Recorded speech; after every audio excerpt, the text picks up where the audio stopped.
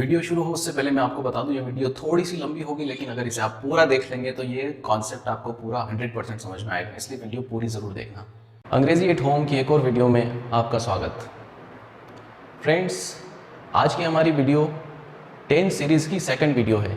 इससे पहले मैंने एक वीडियो बनाई थी जिसमें मैंने आपको बताया था टेंस क्या होता है, उसका पूरा बेसिक इंट्रोडक्शन मैंने उसमें समझाया था और उसके टाइप्स क्या क्या होते हैं और इन टेंसेस को कैसे हम ग्रामेटिकली समझते हैं, ये मैंने पिछली वीडियो में आपको दिखाया था। अगर वो वीडियो आपने नहीं देखी है, डिस्क्रिप्शन में लिंक है, वहाँ जाकर देख लीजिए।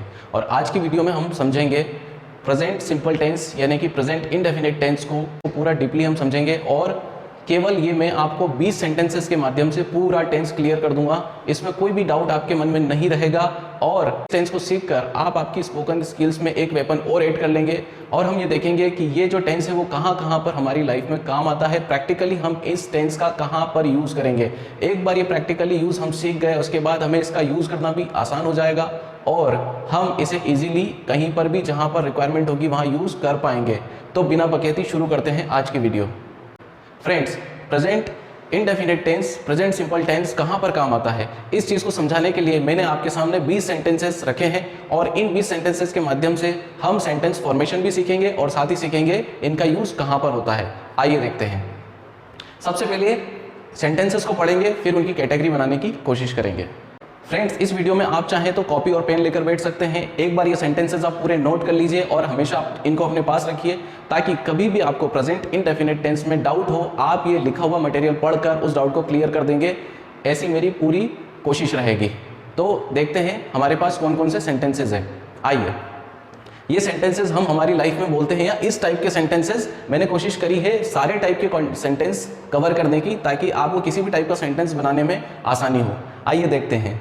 राजू धूम्रपान करता है, वह खर्राटे लेता है, मैं धीरे बोलता हूँ, वे तेज चलते हैं, पानी 100 डिग्री सेल्सियस पर उबलता है, सूरज पश्चिम में अस्त होता है, 2 और 2 4 होते हैं, पृथ्वी सूरज के चारों ओर चक्कर काटती है, वे छुट्टियों में गोवा जाते हैं, हम मेहमान आने पर पानी पिलाते हैं, हर रविवार हमारे यहाँ व्यावसायिक पत्रिका आती है, हम हर दूसरे दिन चावल बनाते हैं, पेड़ छाया देते हैं, मई के दिन गर्म होते हैं, बादल पानी देते हैं, आकाश नीला होता है, उसकी सास कल आएगी, हम कल दिल्ली जाएंगे, हमारा वार्षिक उत्सव दिसंबर में होगा, परिणाम मार्च में आएंगे। तो ये 20 सेंटेंसेस मैंने आपके सामने रखे हैं। अब इन सेंटेंसेस को कैटेगरी वाइज डिवाइड करने की कोशिश करते हैं। आइए, अब अगर हम इन शुरू के 4 सेंटेंसेस को देखें, जैसे कि राजू धूम्रपान करता है, वह खर्राटे लेता है, मैं धीरे बोलता हूं, वे तेज चलते हैं, इन सारे सेंटेंसेस को ध्यान से अगर देखेंगे तो ये सारी बातें किसी ना किसी आदत को डिनोट करती है, यानी कि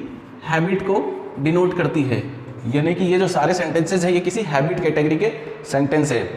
यानी कि सिंपल प्रेजेंट टेंस को हम हैबिट बताने के लिए या हैबिट को दिखाने के लिए यूज करते हैं। आइए आगे के सेंटेंस पढ़ते हैं। पानी 100 डिग्री सेल्सियस पर उबलता है, सूरज पश्चिम में अस्त होता है, 2 और 2 4 होते हैं, पृथ्वी सूरज के चारों ओर चक्कर काटती है। अगर इन 4 सेंटेंसेस को हम देखें तो ये ऐसी सच्चाइयां हैं, ऐसे यूनिवर्सल ट्रुथ है जो कहीं पर भी नहीं बदलते। आप देखिए, पानी 100 डिग्री सेल्सियस पर उबलता है, यानी कि आप अपने घर में उबालेंगे तो भी 100 डिग्री पर उबलेगा और किसी लैब में उबालेंगे तब भी 100 डिग्री पे उबलेगा।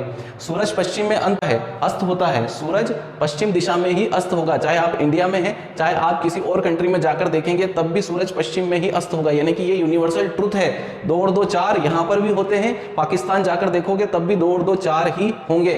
ठीक है, पृथ्वी सूरज के चारों ओर चक्कर काटती है, यूनिवर्सल ट्रुथ है। तो ये जो कैटेगरी है दोस्तों, इनको हम कहेंगे ये यूनिवर्सल ट्रुथ है,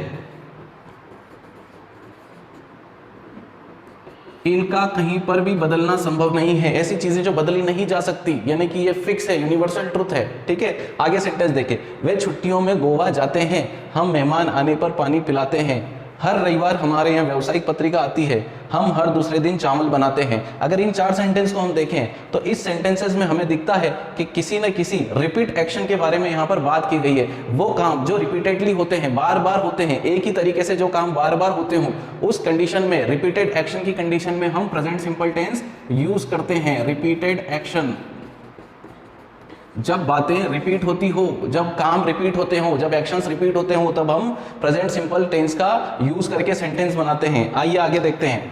पेड़ छाया देते हैं, मई के दिन गर्म होते हैं, बादल पानी देते हैं, आकाश नीला होता है। अगर इन 4 सेंटेंसेस को हम देखें तो ये चारों सेंटेंस हमें ऐसी बातें बताते हैं जो जनरल है, इन जनरल हम सब जानते हैं और हमारे बोलने ना बोलने से इन बातों पर कोई फर्क नहीं पड़ता है। जनरल ट्रुथ्स, यानी कि बातें जनरल है। पेड़ छाया देते हैं, आप कहेंगे तब भी देंगे, नहीं कहेंगे तब भी देंगे।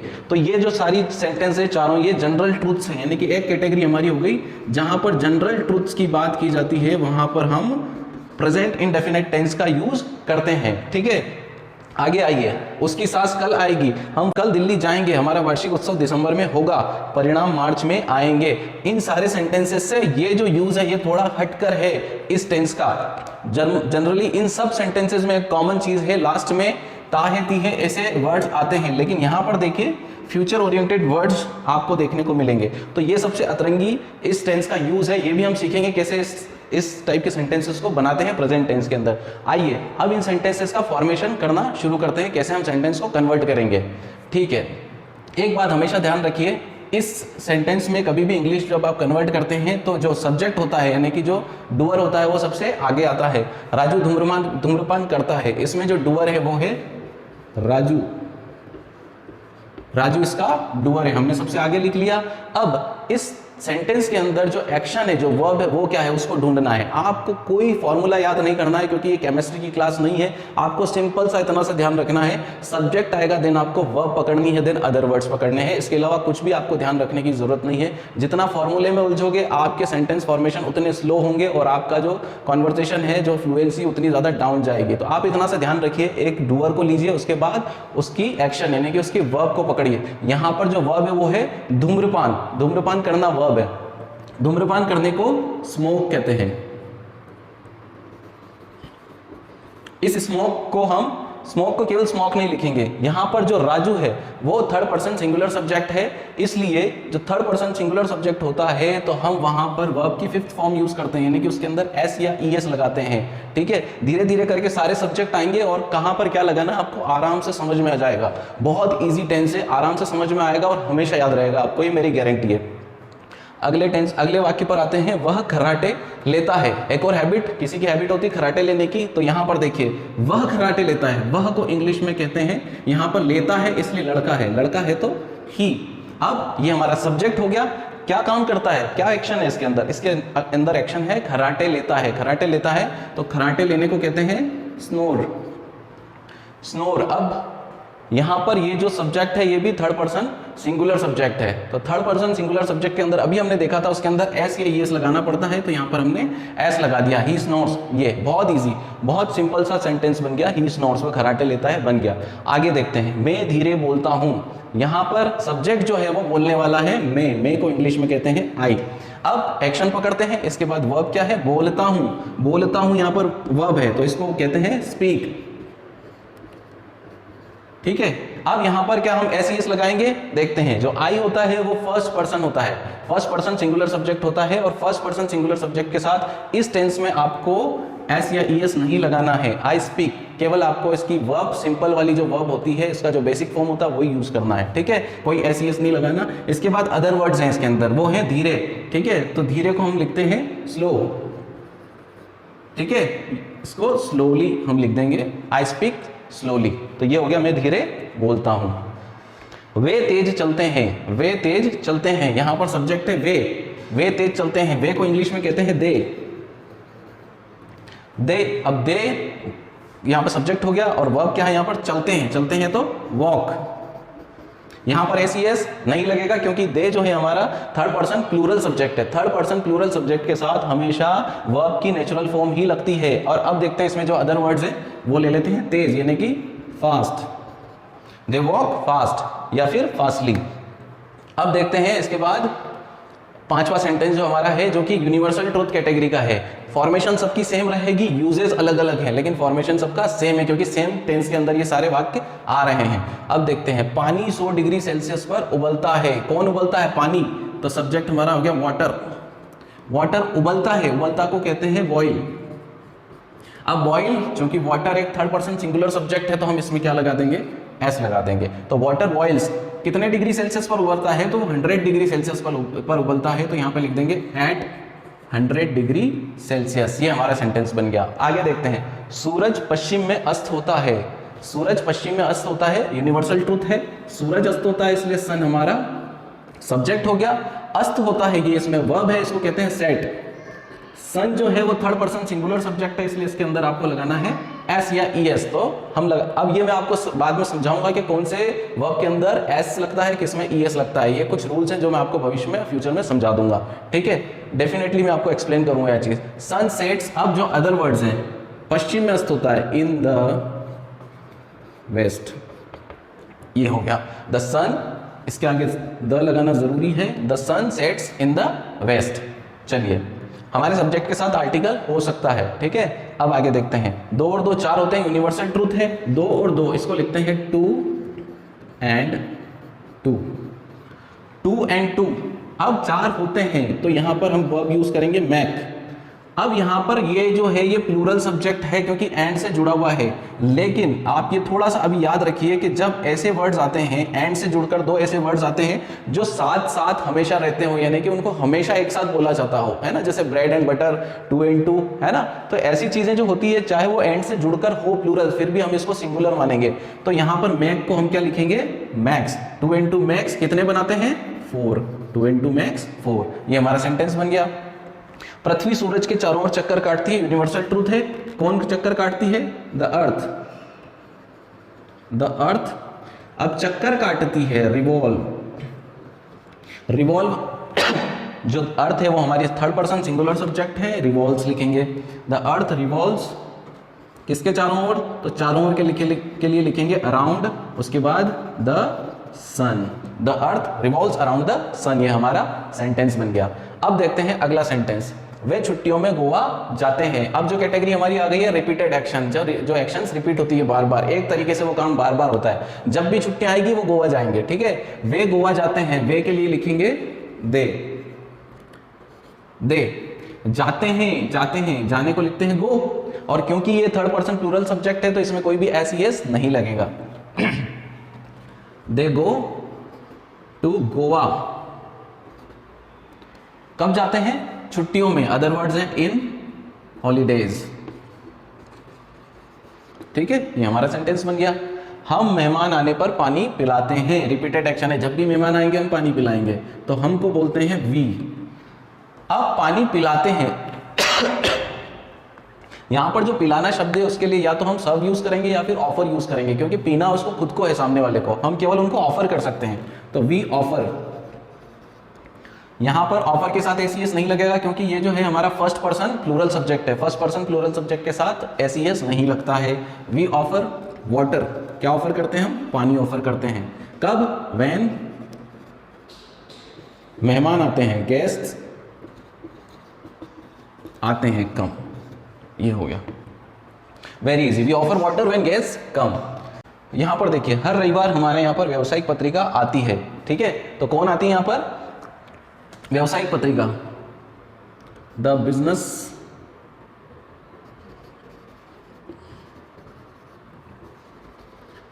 Magazine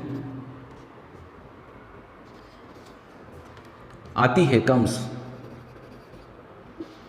eight our home. कब आती है, हर रविवार, एवरी संडे। चलिए, the business magazine comes at our home every Sunday. चलिए, ये सेंटेंस बन गया। अब एक और रिपीटेड एक्शन का जो एग्जांपल है, हम हर दूसरे दिन चावल बनाते हैं। हम हर दूसरे दिन चावल बनाते हैं। कौन पकाते हैं, हम बनाते हैं। तो वी बनाते हैं। यहां पर बनाने के लिए मैक का नहीं, कुक का यूज करेंगे, क्योंकि चावल बनाना मतलब उसे पकाना। We cook rice, we cook rice. कब बनाते हैं, तो हर के लिए एवरी यूज होता है, एवरी, एवरी। और हर दूसरे दिन को अल्टरनेट डे कहते हैं, alternate day. We cook rice every alternate day. हम हर दूसरे दिन चावल पकाते हैं। अब आते हैं अगली कैटेगरी पर। ये जो कैटेगरी है, पेड़ छाया देते हैं। पेड़ हमारा सब्जेक्ट है, ट्रीज, ठीक है। पेड़ छाया देता है, अगर होता तो हम ट्री लिखते हैं, लेकिन पेड़ छाया देते हैं तो यहां पर ट्रीज आएगा, ज्यादा पेड़ है। ट्रीज छाया देते हैं। अगेन यहां पर देना शब्द के लिए गिव यूज नहीं करेंगे, क्योंकि यहां पर किसी के हाथ में कोई चीज नहीं दे रहे हैं, ठीक है, वो प्रोवाइड कर रहे हैं हमें। तो प्रोवाइड वर्ब यूज करेंगे यहाँ पे, प्रोवाइड, ठीक है। ट्रीज क्योंकि थर्ड पर्सन प्लूरल सब्जेक्ट है तो यहाँ पर केवल उसकी नॉर्मल फॉर्म यूज करेंगे, ट्रीज प्रोवाइड छाया, तो शेड। ये हमारा सेंटेंस बन गया। मई के दिन गर्म होते हैं। वीडियो पूरी देखिए दोस्तों, अंत तक जरूर देखा करिए ताकि आपको सारा कॉन्सेप्ट समझ में आए। आप बीच में अगर वीडियो स्किप करते हैं तो कुछ ना कुछ आपसे इंपॉर्टेंट मिस होता है। मई के दिन गर्म होते हैं, ठीक है। कौन गर्म होते हैं? मई के दिन। तो उसे लिखेंगे the days in May, the days in May. ये हमारा सब्जेक्ट हो गया पूरा, आर हॉट।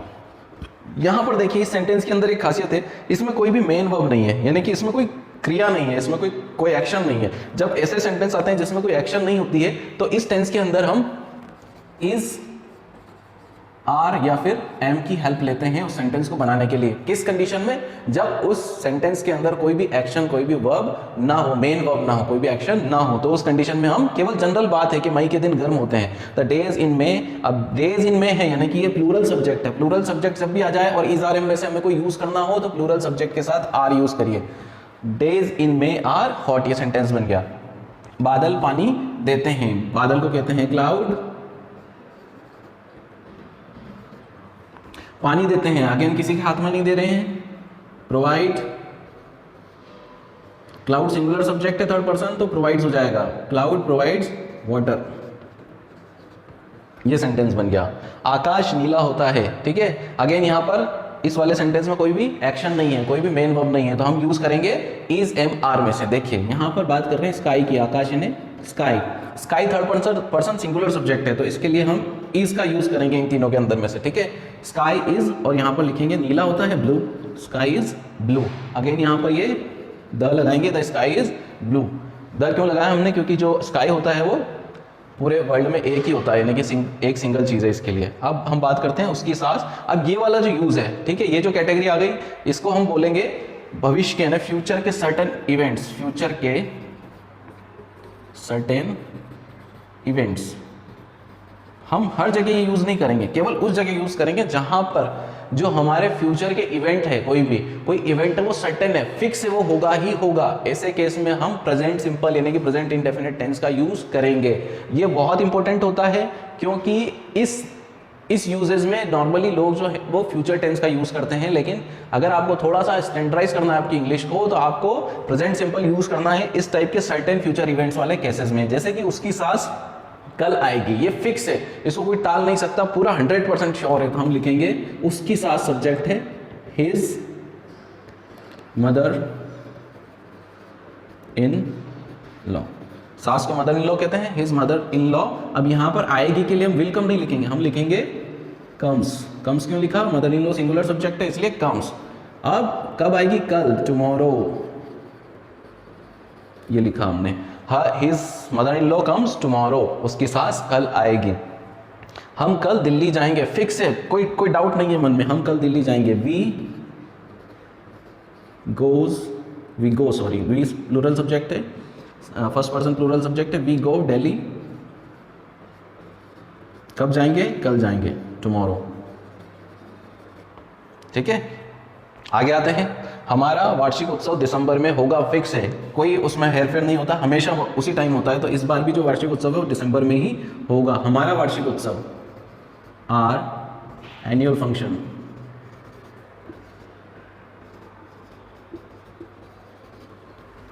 होगा, होने के लिए, किसी इवेंट के होने के लिए टेक प्लेस का यूज करते हैं, टेक प्लेस वर्ब का यूज करते हैं। तो यहां पर टेक्स, क्योंकि एक ही एनुअल फंक्शन है, टेक्स प्लेस। कब होगा? दिसंबर में, इन दिसंबर।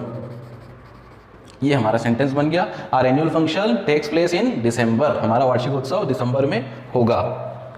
परिणाम मार्च में आएंगे, फिक्स बात है कि परिणाम मार्च में ही आएंगे, तो इसको कैसे लिखेंगे? परिणाम आएंगे, रिजल्ट्स आएंगे तो कम्स, रिजल्ट्स हैं तो कम लिखेंगे, रिजल्ट्स हैं तो कम लिखेंगे, रिजल्ट होता तो कम लिखते, तो रिजल्ट्स कम इन मार्च। ये सारे मैंने आपको सेंटेंसेस बताए जिसमें कि हमारा present simple, present indefinite tense use होता है।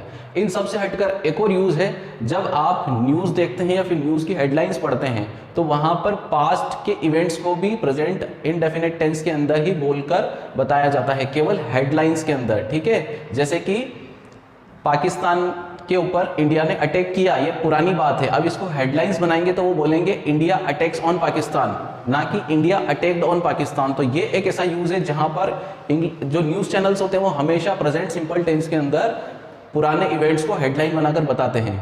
तो आई होप फ्रेंड्स ये सारे जो सेंटेंसेस है आप आज से ही बोलना शुरू कर दीजिए। इस तरह की सारी बातें आप आपकी निजी लाइफ में, आपकी दैनिक लाइफ में, आपकी दिनचर्या में आप बोलते हैं, आप इनको बोलिए, ताकि बोलने से आपकी प्रैक्टिस डेवलप होगी। और प्रैक्टिस, एक बार आपके मुंह पर ये सारे सेंटेंसेस चढ़ेंगे तभी आप जरूरत पड़ने पर इनको बोल पाएंगे। जरूरत नहीं भी हो तब भी ऐसी सिचुएशन बनाकर इन सेंटेंसेस को बोलिए, ताकि उससे आपको प्रैक्टिस होगी। तो फ्रेंड्स आज के लिए इतना ही था। अगर ये सारे सेंटेंसेस और इनका जो टाइप मैंने आपको सिखाया है, बताया, आपको जरा सा भी समझ में आया हो या फिर पसंद आया हो तो एक लाइक जरूर करना इस वीडियो को।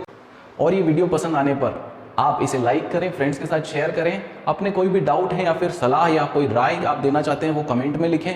और हमारे चैनल अंग्रेजी एट होम को सब्सक्राइब जरूर करें।